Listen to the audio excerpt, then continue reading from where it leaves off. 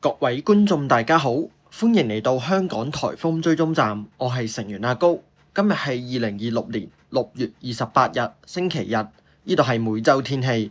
今日會主要為大家提及最新香港天氣同埋預測，仲有最新低壓活動嘅情況同埋預測。喺影片開始之前，希望大家訂閱、分享、按讚、Super Chat、Super Fans 或者 Super Stickers 係支持我哋香港颱風追蹤站 HKTCS。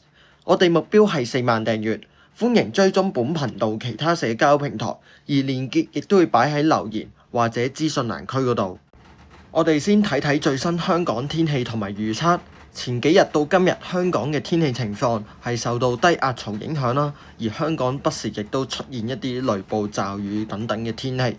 星期五，天文台係曾經發出咗紅色暴雨警告信號，大約就喺星期五嘅日間左右啦。而今日亦都係有發出過黃色暴雨警告㗎。預計未來幾日嘅驟雨係會逐漸減少啦，天氣係變熱，多返啲陽光，咁天氣就預計係暫時會好轉㗎。預計未來3-4日會有副熱帶高壓脊係再次覆蓋我哋。咁雖然間中係仍然有一啲局部驟雨啦，但係整體都係部分時間有陽光天晴，而且係酷熱嘅情況。預計情況呢，就係會聽日稍後就會驟雨減少開始啦，咁就開始會有啲日間短暫時間有陽光啦，咁之後天氣呢就會短暫好轉啦。咁大致會吹南至東南風嘅3至4級，風勢唔算好勁。我哋睇埋之後天氣情況啦。天文台就表示預計一個廣闊低壓槽會喺本週中期喺南海中北部逐漸發展，並且喺本週後期到下個禮拜初就會靠近華南沿岸，而本週後期嘅天氣就會開始唔穩定，風勢亦都會稍為增強，一啲高地啊、離岸啊係有機會去到強風嘅程度㗎。根據最新天文台嘅預測，咁會有狂風雷暴啦，部分時間雨勢係較大啦。特別天文台最新預測啦，嚟緊7月5號星期日個顯著降雨機率咧係去到高嘅水平嘅，係有狂風雷暴，間中有驟雨嘅。咁到時實際天氣惡劣嘅程度啊，包括雨勢啊、風勢咁樣咧，就要視乎低壓槽最終發展出一啲咩嘅形態啦。咁稍後會進一步解釋一下。咁我哋之前提及嘅熱帶氣旋海高斯同埋米克拉已經之前幾日為日本帶嚟一啲暴雨啊、大浪咁樣嘅環境，而家已經係遠離日本，並且係轉化為溫帶氣旋，亦都係逐漸消散啦。咁預計未來南海到西北太平洋係有機會再有1至2個低壓系統係發展㗎。喺右手邊嗰幅圖可以睇到有4個嘅低壓系統啦，前低壓系統或者現家嘅低壓系統啦。咁見到上面嗰2個藍點呢，就係海高斯同埋米克拉，而下面嗰2個呢，就分別係 95W 同埋 96W。喺圖片就顯示咗 95W 同埋 96W 低壓。咁喺左手邊咧，嗰個就係 96W 啦，而右手邊就係 95W。未來幾日呢2個系統就會主要行一啲西至偏西北嘅路徑，咁佢哋會唔會進一步發展呢？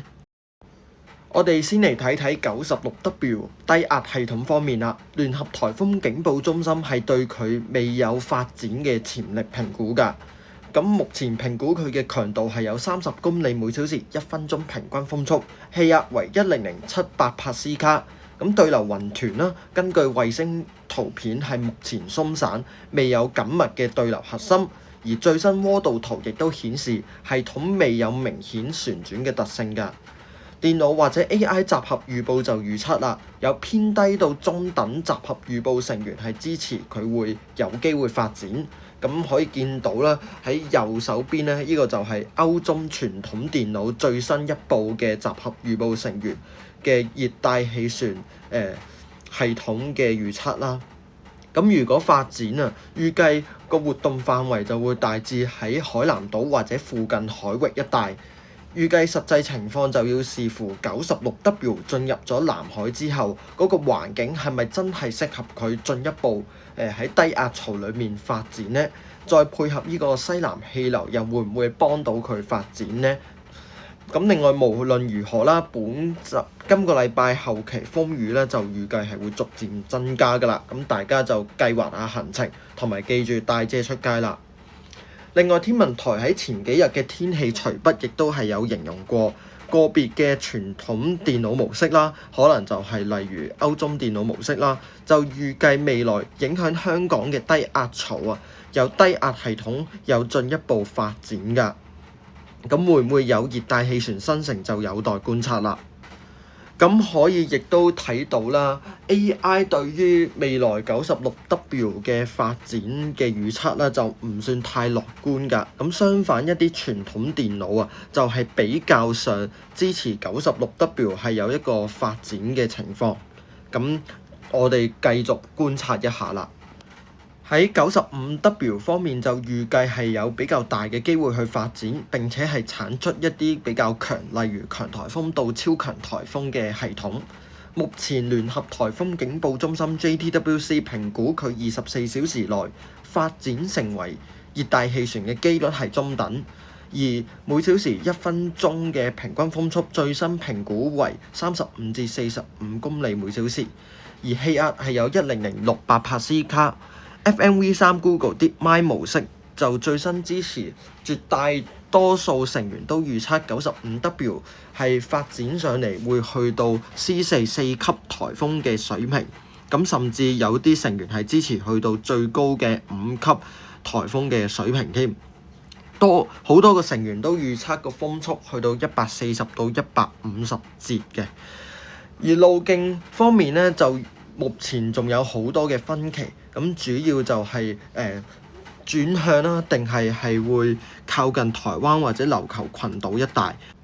咁可以見到各大模式就預期 95W 喺未來短期嘅路徑咧，就主要向一啲偏西北方向嘅路徑移動。咁之後咧就開始出現一啲路徑上面嘅分歧啦，包括喺遠洋、西北太平洋大轉向啦。咁就有半數以上嘅成員目前預測就會大約喺東經145到150度附近，就會順住副熱帶高壓脊嘅弱點啦，係出現咗轉向，咁會靠近日本以東嘅遠洋啦，對亞洲嘅陸地就冇乜影響。咁相反啦，有啲路徑咧就有機會預測啊，佢會靠近台灣到琉球群島海域一帶嘅，咁可能會掠過關島啊，然後影響沖繩琉球群島一帶。咁有啲成員係更加直指去到台灣以東嘅海域添。咁所以路徑方面咧，我哋有待觀察佢未來一啲各大 AI 啊電腦模式嘅更新啦。咁最後啦，多謝大家收看。本頻道未來會繼續改善讀音講解分析質素，包括一啲講法啊、口頭禪同埋懶音嘅問題。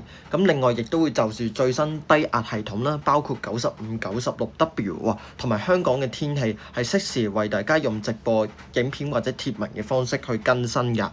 咁大家記得訂閱並且開放通知，就可以掌握我哋第一時間嘅發布。萬一之後可能會有颱風出現並且影響我哋亦都係準備緊一啲嘅直播嘅設施啦，一啲排版咁嘅嘢啦，咁希望大家熱切期待。咁我哋下條片再見啦。咁希望大家再次訂閱、分享、按讚、留言、Super Chat、Super Fans、Super Chat、Super Stickers 係支持我哋香港颱風追蹤站 HKTCS。咁我哋下條片再見，拜拜。